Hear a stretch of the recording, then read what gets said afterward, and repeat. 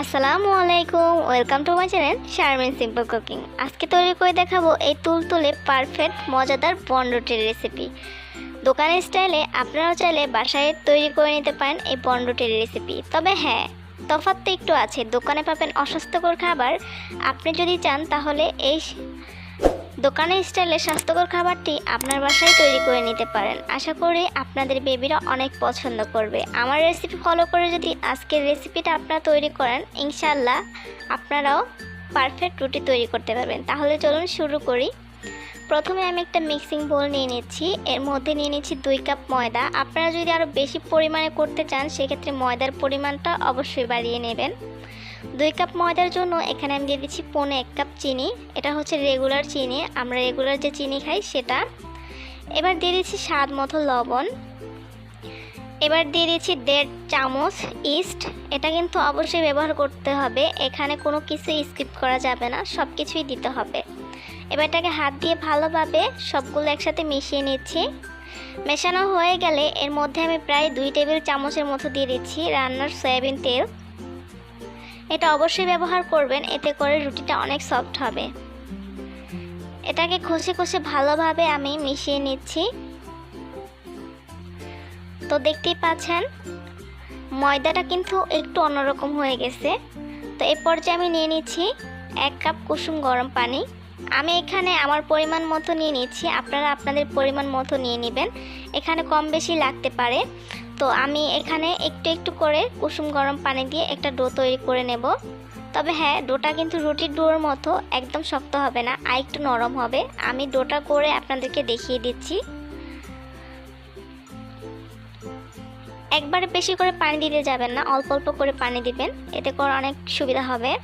তো এই যে দেখতে পাচ্ছেন আমি ডোটা তৈরি করে নিয়েছি। খুব ভালোভাবে মথতে হবে, প্রায় 5-6 মিনিটের মতো মথে নেবেন। তারপর দেখবেন যে হাতে লেগে আসতো আঠালো ভাবটা, সেটা চলে যাবে। এবারে আমি কিছুটা সয়াবিন তেল উপরে দিয়ে তারপর এটাকে ঢাকনা দিয়ে ঢেকে কিছুক্ষণ রেখে দেব, প্রায় 1 ঘন্টার মতো। তো আমি কতটা তেল মেখেছি সেটা আপনারা দেখেই বুঝতে পারছেন। অবশ্যই তেল মাখতে হবে, আর নয়তো কিন্তু উপরটা ড্রাই হয়ে যাবে। তো এবার আমি একটা ঢাকনা দিয়ে ঢেকে রেখে দিচ্ছি 1 ঘন্টার জন্য। তো ফিরে আসছি 1 ঘন্টা পর। তো এই তো 1 ঘন্টা হয়ে গেছে, দেখতেই পাচ্ছেন এখন কিন্তু যে ডোটা আমি তৈরি করে রেখেছিলাম সেটা কিন্তু ডাবল হয়ে গেছে। ভিতর থেকে বাতাসটা বের করে নিচ্ছি। বাতাসটা বের করে এটাকে আমি 3-4 মিনিটের মতো মথে নেব। অবশ্যই চেষ্টা করবেন ব্যাটারটা ভালোভাবে মথে নেওয়ার জন্য। তো আমার ব্যাটারটা দেখেই বুঝতে পারছেন এটা কিন্তু অনেক সফট মনে হচ্ছে, কারণ এটা আমি অনেক ভালোভাবে মথেছি। যত বেশি মথবেন ব্যাটারটা, রুটিটা কিন্তু ততই সুন্দর হবে, অনেক সফট হবে। তো এটা আমি একটা সাইডে রেখে দিচ্ছি। আর এই যে দিকে একটা ফ্রাই প্যান নিয়েছি, ফ্রাই প্যানের মধ্যে আমি তেল ব্রাশ করে নিয়েছি। এটার আমি ভিডিওতে দেখাইনি, তো কীভাবে তেল ব্রাশ করেছি সেটা তো সবাই জানে, একটু তেল মাখিয়ে নিলেই হবে। তো আমি যে ব্যাটারটা তৈরি করে রেখেছিলাম সেখান থেকে কিছুটা নিয়ে আমি রুটির যেভাবে আমরা তৈরি করি গোল করে, ওর করে আমি এখানে কিছুটা বল তৈরি করে নেব। তো আমি যতটুকু ময়দা নিয়েছিলাম সেখান থেকে আসলে 5টা রুটি হয়েছে, এরকম বল হয়েছে। তো আমি সবগুলো করে তারপরে নিয়ে নিয়েছি, দেখতেই পাচ্ছেন। এবার এটাকে 20 মিনিট বা 15 মিনিটের জন্য রেখে দেব, এভাবে করে ঢাকনা দিয়ে ঢেকে। এতে করে ময়দাটা ফুলে যাবে, অনেকটা ফুলে বড় হয়ে যাবে বলগুলো। তো এই যে 15 মিনিট পরে দেখতে পাচ্ছেন রুটিটা কিন্তু বলগুলো কিন্তু অনেকটা ফুলে গেছে। তো এবার এটাকে ঢাকনা দিয়ে ঢেকে আমি চুলায় বসিয়ে দিচ্ছি। তো রুটিটা যখন অর্ধেক হয়ে আসছে তখন কিন্তু আরও বেশি ফুলে গেছে। তো এই তো দেখতে পাচ্ছেন প্রায় 40 মিনিট পর আমি ফিরে আসছি।